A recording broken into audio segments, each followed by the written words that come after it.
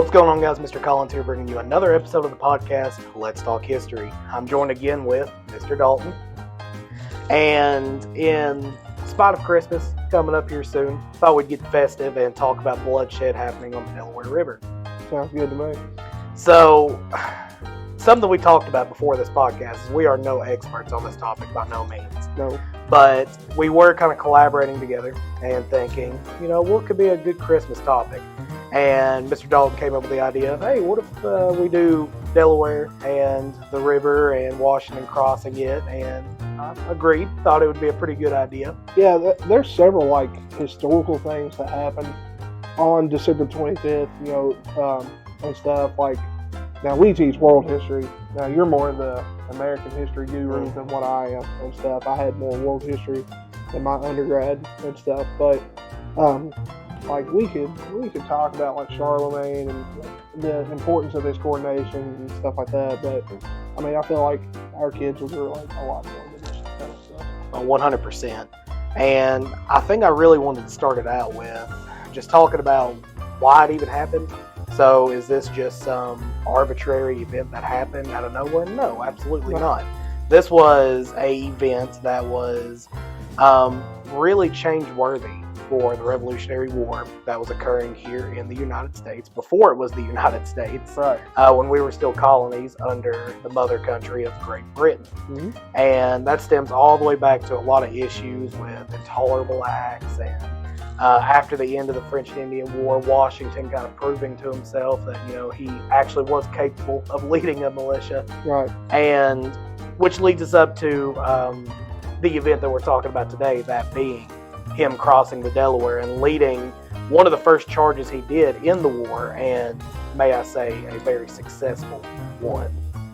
Yeah, not to get into it super fully, but part of the reason why, this is, you got to think that this is middle of the night.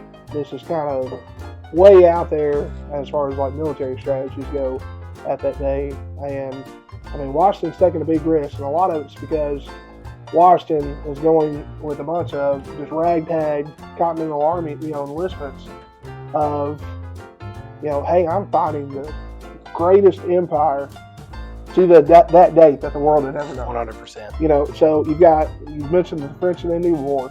You've got all of these you've got France, Spain, England, all these major superpowers in Europe at the time that's fighting for the control of, still control the New World. Now, Spain is that number one player, but, really, they kind of start weaning off around this period and stuff, with Bruce defeated the Spanish Armada in 1588, right before the founding of the English colonies in America and stuff. And then even the French start losing their control over the fur trade that they had in North America and stuff, which they didn't really have well-established colonies outside of Canada anyway.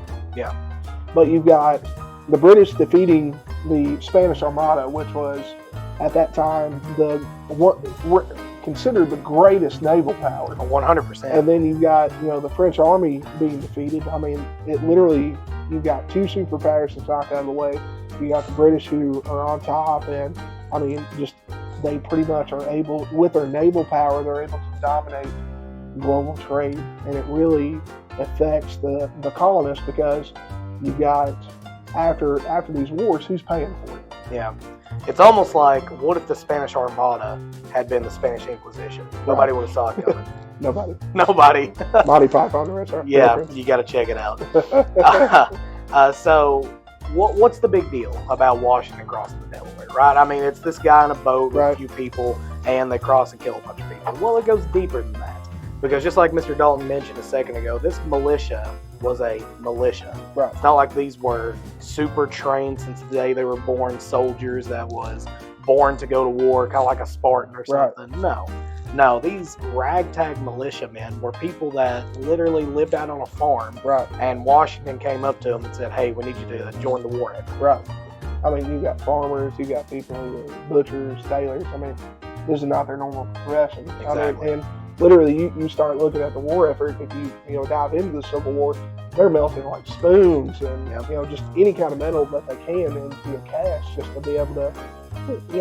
These people weren't had any clue. I mean, it's kind of like if you read about like the Russian history, them trying to go against Napoleon, and you got literal people with like pitchforks, like trying to be like, see, you know what I'm saying? See, yeah, it's. I mean, it's amazing, honestly, how you look at the grand scheme of things, how that just a simple ragtag group of guys is able to overtake the biggest empire in the world, but it's because of just the bravery of events like this with the crossing of the Delaware, that just thinking outside the box that nobody really would ever tell.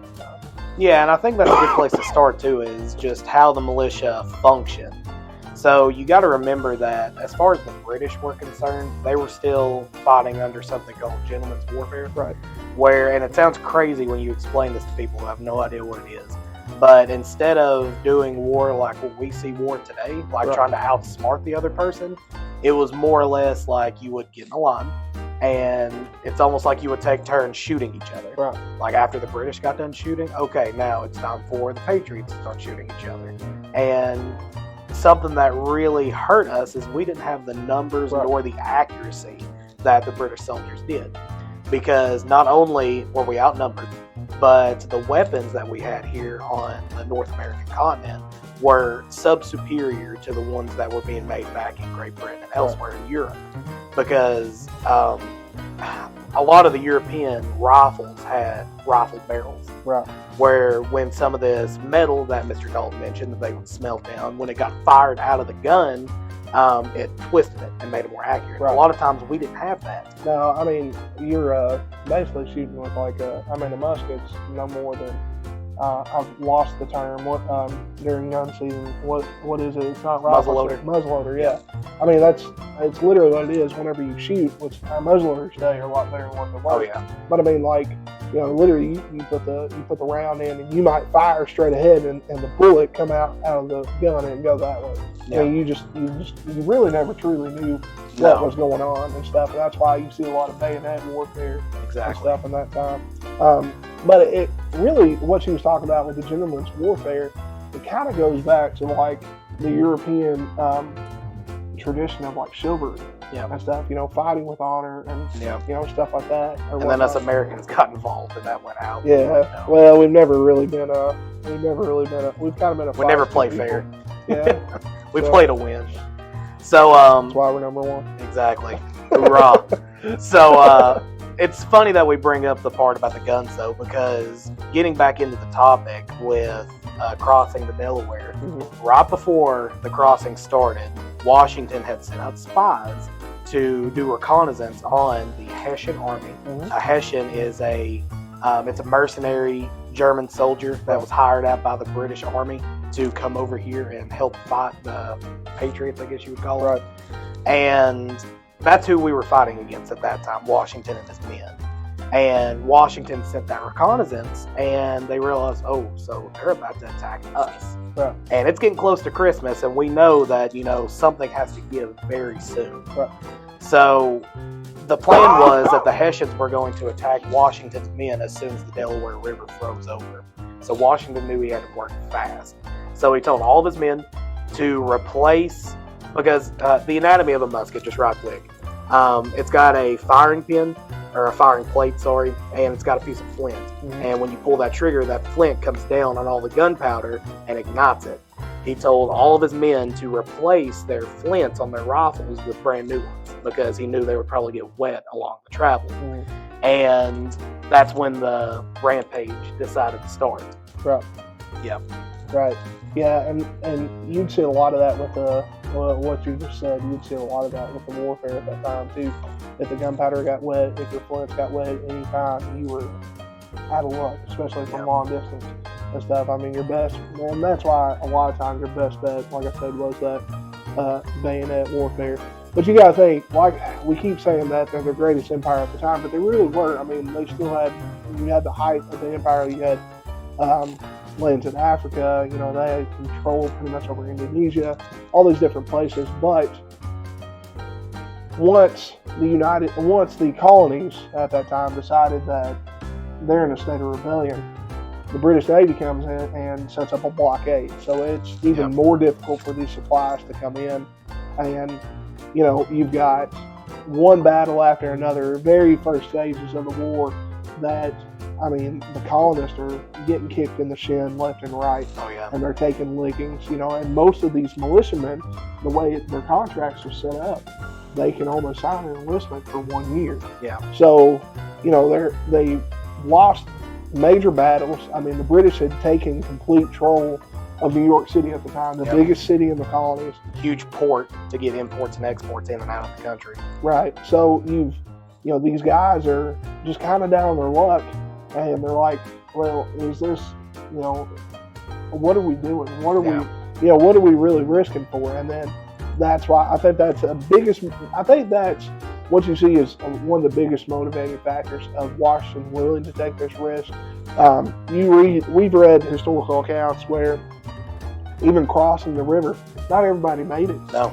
It took hours to cross this river. And you got to remember it's Christmas too, so you can guess it was probably really cold, and we're in Delaware. Right. So, or in the northeastern colonies. Right.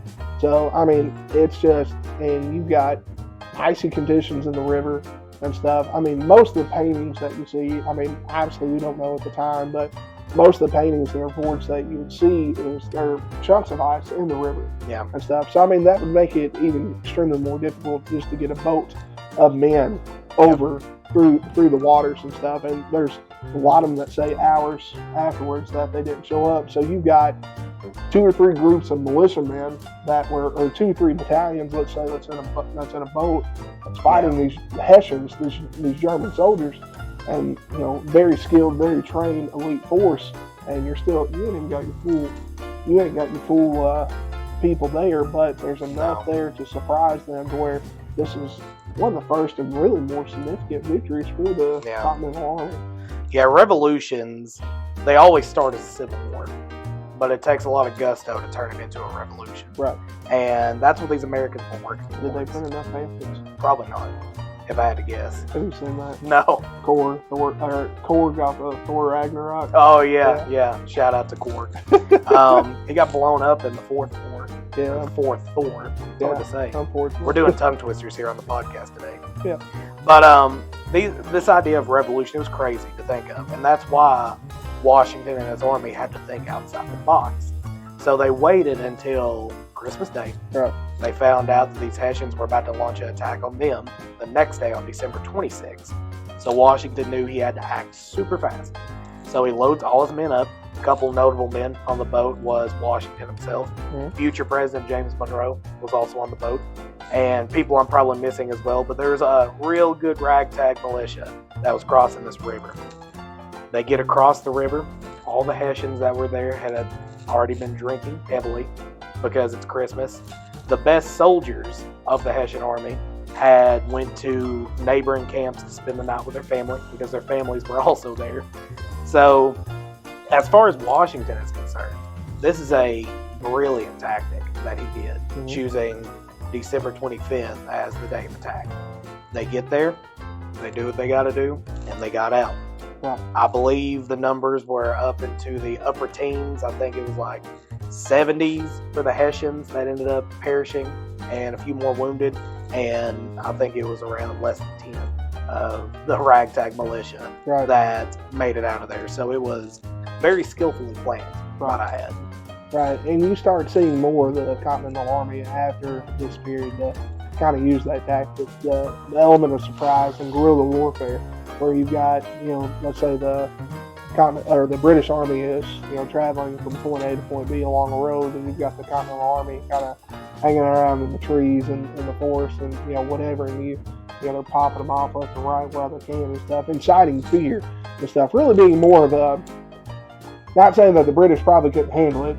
There's a lot of people that say that the British didn't really put their full force in it because they didn't feel like the colonies had enough about them. They just thought it was going to be a small skirmish. They didn't thought they could just snuff them out, because had you have put the entire British Army up against the entire colony army, the militia, it would have been done in the day. It might have been, a lot maybe different. A few hours. But I think, over time, it was really the colonists' goal and objective to be that thorn in the flesh to the British Empire, to let them know that, hey, we're here, we're not going away, we know this territory better than you do, and buddy, you better buckle up.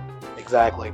And let me just pick your brain about this, Mr. Dalton. Okay. So what do you think was more impactful? The actual win of Washington crossing the Delaware and gaining some ground, or the morale boost that it caused in the militia? I think it's a morale boost. I agree. 100% and stuff. Because, like I said, you go from, they think that all hope is lost, and they think that, you've got,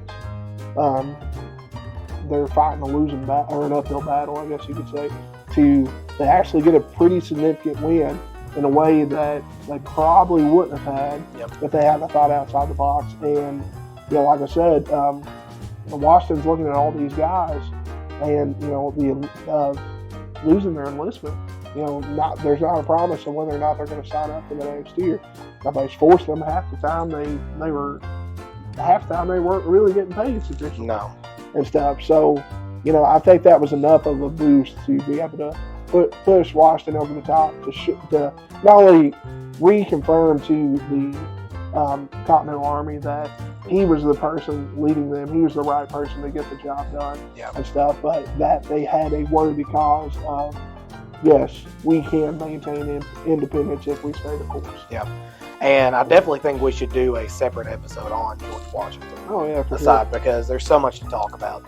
But in this context, when you look at Washington, to the British, he was kind of a joke, because around the time of the French and Indian War, he had a lot of gaffes, I guess you could call them. Mm-hmm. A lot of times where he maybe didn't put his full effort in, and he ended up coming out in failure, because he was fighting for the British side before all this went down. And once revolution started happening, then he switched over to the side of the Patriots. Right. So, in which a lot of people did. A lot of people who lived at this time were British, but were just tired of what the British were doing to them in the colonies. So, shortly put, on December 25th, 1776, I believe it was, Washington crosses the Delaware with his ragtag men, and he gets to the Hessian army, who was a thorn in the colonists' side, and he takes care of business.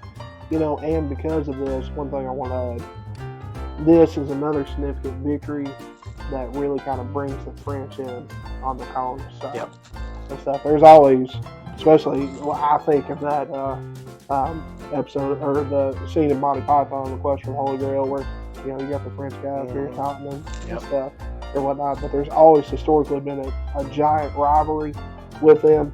The French are looking to get back at the British Empire for losing much of their territory in North America, especially Canada. Because the French and Indian War was not the French versus the Indians. It was the French and the Indians versus the British. And the French and Indians ended up losing, for all intents and purposes. But the British bankrupted themselves in that war, which is why you get all these taxes on the colonies. Right. But I think this is enough, this battle, this victory was enough to where we've got diplomats like Franklin and Jefferson that go to King Louis XVI and are able to persuade them to kind of send reinforcements. It's not really the full-fledged of enforcements that they're able to get, because the United States didn't really have a navy at this time. No. And that's what they was begging the French for. But they're able to, this victory kind of opened the eyes of the rest of the world of, hey, the Americans ain't anybody to mess with. No, after during the Revolutionary War, after Washington crossed the Delaware, after all these important battles, we really opened up the minds of the rest of the world and told them, hey, we're not just some puny little colonists that, are disgruntled and want, fair wages or anything. No, there's a legit issue happening here in the colonies, and we want to fix it, and we want to fix it by being independent. Right. Yeah. So, I feel like we've pretty much fledged this one out here. I think so. I think so. Merry Christmas. Merry Christmas, yeah. And this has been Mr. Collins and Mr. Dalton. It's always a pleasure having Mr. Dalton on the podcast. And I ask you to please leave a comment, tell us what you thought about the video, like it, share it, check us out on TikTok. And as always, guys, keep learning history. See ya.